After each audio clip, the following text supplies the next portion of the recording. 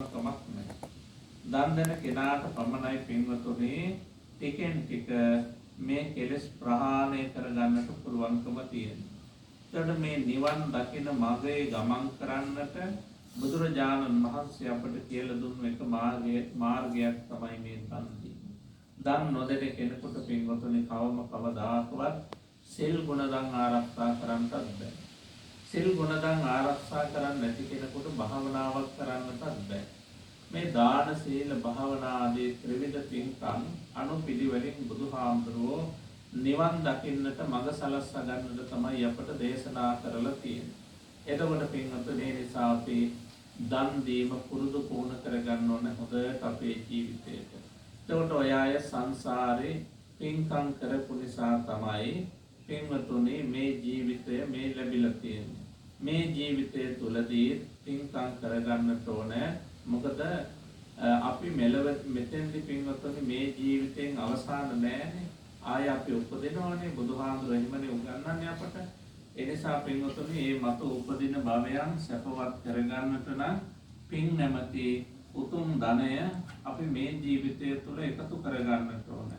කියන්නේ අර අනුම තරමේ බුදුහාමුදුරුවෝ කියන්නේ කෙනෙක් ලෞකික සම්මා දිට්ඨියට හරිපත් වෙන්නට ඕන කියන ජීවත් වෙලා ඉන්න කාලය තුල ලෞකික සම්මා දිට්ඨිය තමයි පින්වතුනි පළවෙනි එක තමයි ලෞකික සම්මා දිට්ඨියේ අත්ති දින්නම් කියලා කියන්නේ දුන් දෙහි විපාක ඇති බව විශ්වාස කරන්න ඕන.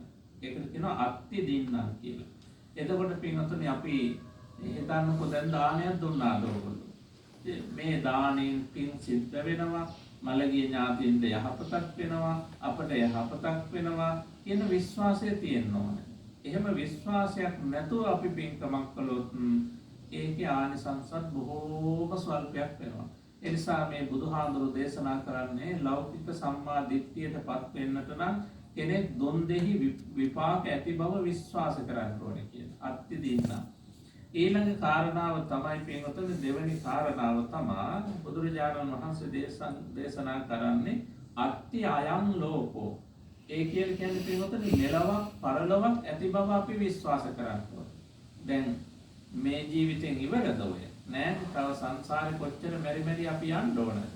එතකොට පින්වතුනි අත්ති අයං ලෝකෝ කියන්නේ මෙලොවක් පරලොවක් ඇති බව විශ්වාස කරන්නට ඕනේ. ඊළඟට පින් පව් කියලා දෙකක් මේ ලෝකේ තියෙනවා කියලා විශ්වාස කරන්නට ඕනේ. ඊළඟට අම්මෙක් තාත්තෙක් අපිට දෙනවා ඒ අයට අපි උපස්ථාන කළ යුතුයි කියලා අපි පින්වතුනි කටයුතු කරන්නට ඕනේ. මෙන්න මේ කියන කාරණා කෙනෙක් විශ්වාස කරන්නේ නැත්තම් මෙලොවක් නැහැ, පරලොවක් නැහැ, දිව්‍ය ලෝක නැහැ, අපායවල නැහැ, පින් නැහැ, පව් නැහැ. ආන්න එහෙම කතා කරන මිනිස්සු ඉන්නවානේ. ආන්න ඒක කියන නියත මිත්‍යා දෘෂ්ටිය කියලා. ආන්නේ නියත මිත්‍යා දෘෂ්ටියෙන් අත මිදලා ලෞකික සම්මා දිට්ඨියටවත් අපි මැරෙන්න ඉස්සරපත් වුණොත් නම් නැවත සුගතිගාමී භවයක් අපිට ලබා ගන්න පුළුවන්කම තියෙනවා.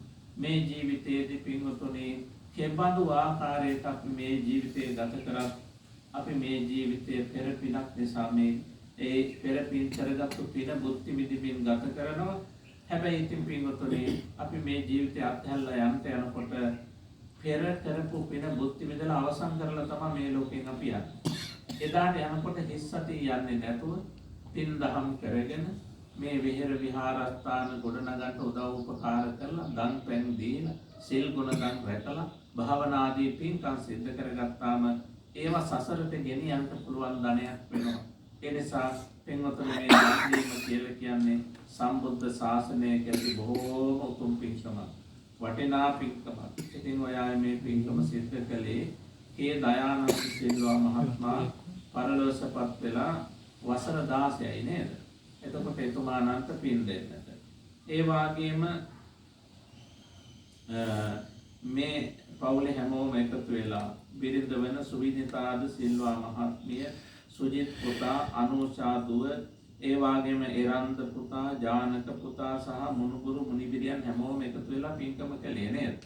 හොඳයි. එතකොට ඒ වගේම ජානක පුතාගේ පියා වෙන අජිත් අල්විස් මහත්මයා එතුමාණන්ටත් පින් දෙන්න බලාපොරොත්තු වෙනවා. මේ කියන අරමුණු ඇති කරගෙන මේ පින්වන්ත අය මේ උදාාර පින්කම අද දවසේ සිද්ධ කරන්නට යෙදුනේ. හොඳයි දැන් කල්පනාවට ගන්න හැම දිනම බොහෝම වටිනා පින්කමක් සිද්ධ කරගත්තා. උතුම් පින්කමක් සිද්ධ කරගත්තා. සම්මා සම්බුද්ධ ශාසනය නැමැති කෙතේ ඔය අය පින් නැමැති බිජු වපුරගත්තේ. ඉතින් මේ වගේ ප්‍රතිඵල අනාගතයේදී ඔය අයටම බුද්ධ විඳින්න ලැබෙනවා. ඒ නිසා පින්වතුනි බොහෝම උතුම් පින්කමක් වටිනා පින්කමක් සසරට පිරිමැහෙන පින්කමක් අද දවසේ සිද්ධ කරගත්තා කියලා බලවත් වූ චිත්ත ප්‍රසාදයකට පත් වෙන්නට ඕන. දැන් කල්පනාවට ගන්න ඔබ තිසරණ ගිහිල්ලා පංචශීලයේ සමාදන් වෙලා පින්වන්ත ඔබගේම දෑතින් පිළියෙල කරගත්තු මේ ආහාර දාණය තුන් ලොවක් නිවා සැනසූ සම්මා සම්බුදු පියාණන් වහන්සේගේ අප්‍රමාණ ගුණයන්ට පූජා කරගත්තා. දානේ අවශේෂ කොට ශාස්ත්‍රාරේ කුච්චල මහා සංගරවණේ අනන්තවත් වූ ගුණයන් පූජා කරගත්තා. ඔබ මේ හැම ආකාරයකින්ම දාන සීල භාවනා යන ත්‍රිවිධ පින් සිද්ධ කරගත්තා. සිද්ධ කරගත් උදාාර පින්වල මුල් කොටස අපි දෙවියන්ට අනුමෝදන් කරමු. ලෝකයේ බුද්ධ ශාසනය ආරක්ෂා කරන සියලු දෙවියන් අප කළ මේ පින් දැක සාදු නදින් අනුමෝදන් වේවා. පින් අනුමෝදන් වූ දෙවියන්ගේ ආරක්ෂාව පිහිට දෙවියන් අපේ ජීවිතවල වලට සලසා දෙත්වා. දෙවියෝද